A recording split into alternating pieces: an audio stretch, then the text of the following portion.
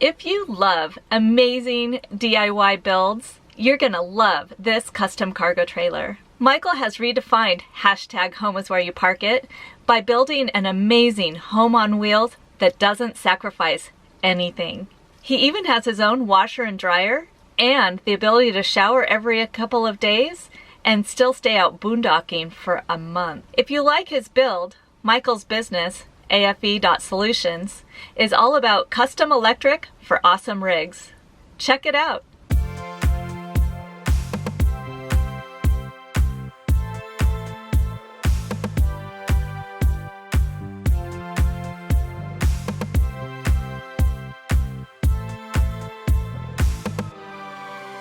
I'm Michael. This is the AFE, short for Awesomest Fort Ever. My social media is AFE.Solutions, same as the website, AFE.Solutions. I'm doing electrical installs for people, solar and batteries and inverters and all that fun stuff.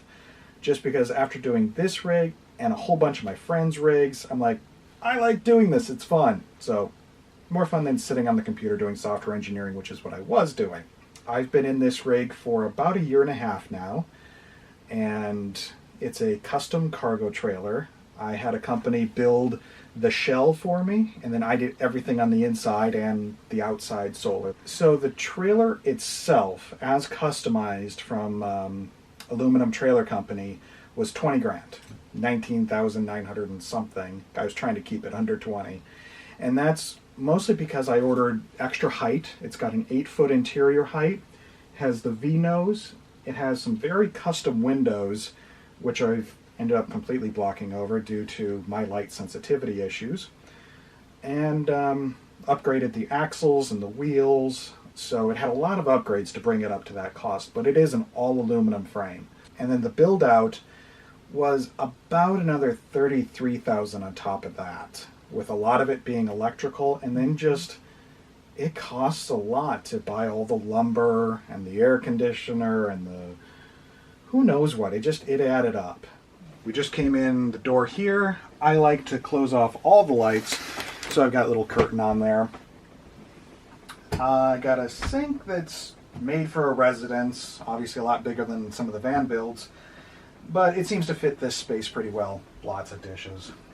Moving on down a little bit, this bit of countertop pops up, and that's where I have my washing machine.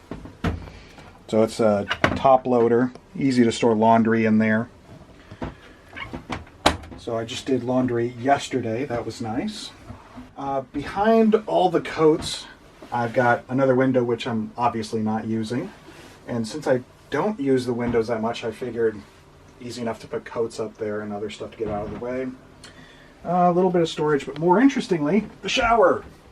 So the floor that I'm standing on removes, and there's a residential shower pan down there, and I'll show you that in just a second.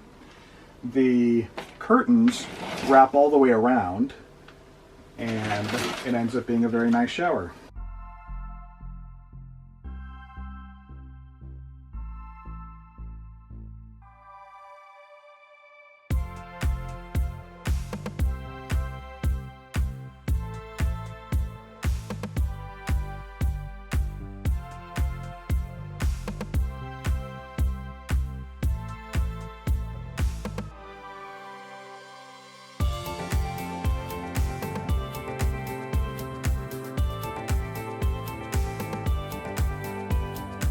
There is another window behind all of this, but because I wasn't using it, I insulated it and covered it over with plywood so I could add a great big cabinet, which has been really nice.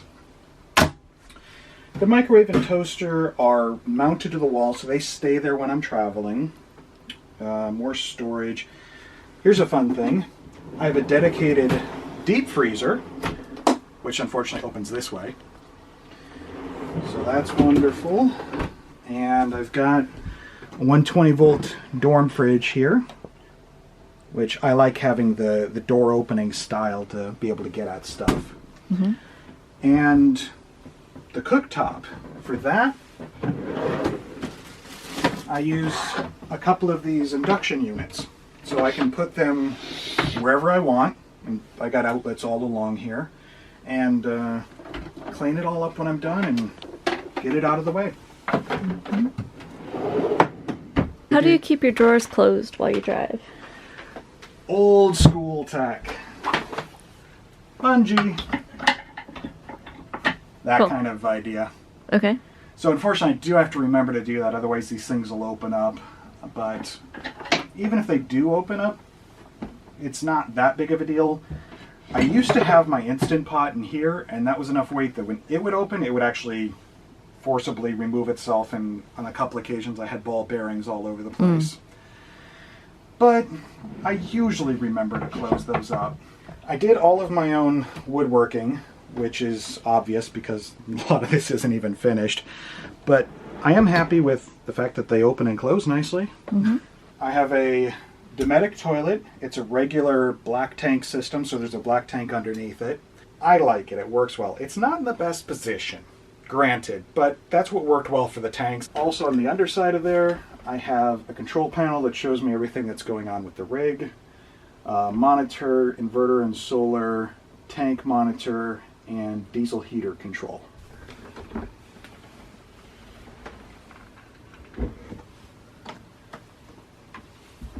Above the whole toilet area, we have the mini split air conditioner.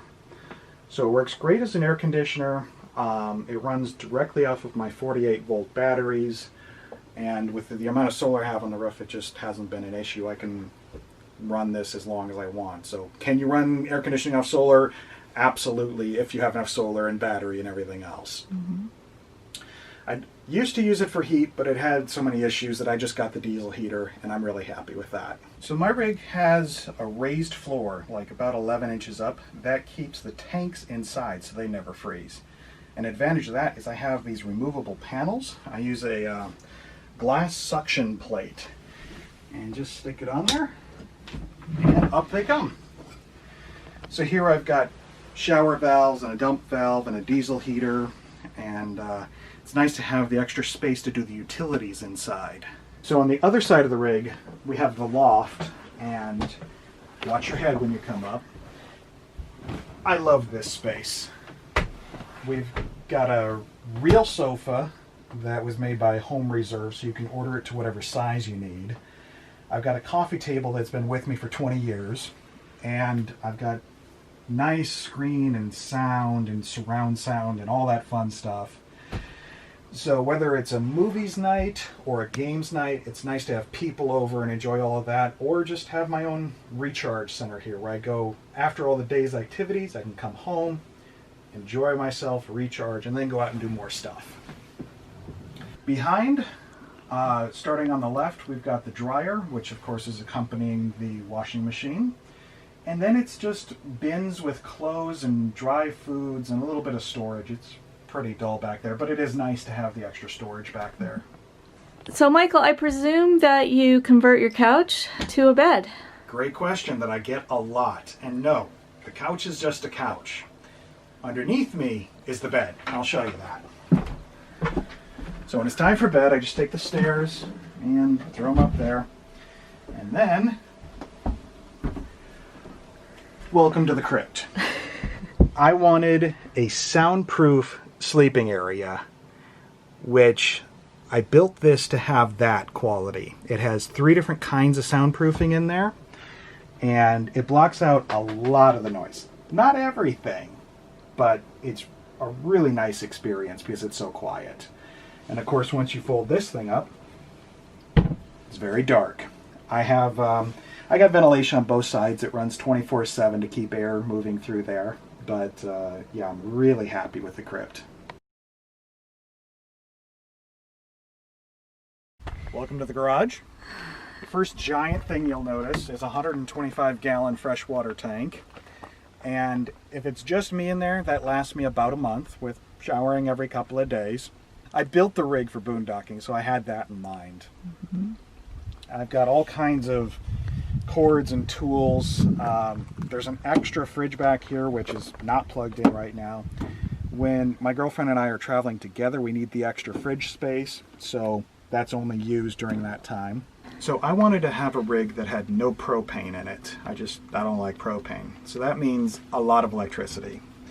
So I wired up my own custom raw lithium cell system, and there's 16 cells here. That makes for a 48 volt system, and each cell's 200 amp hours. If you want to look at it on a 12 volt equivalent, that's 12 volts at 800 amp hours.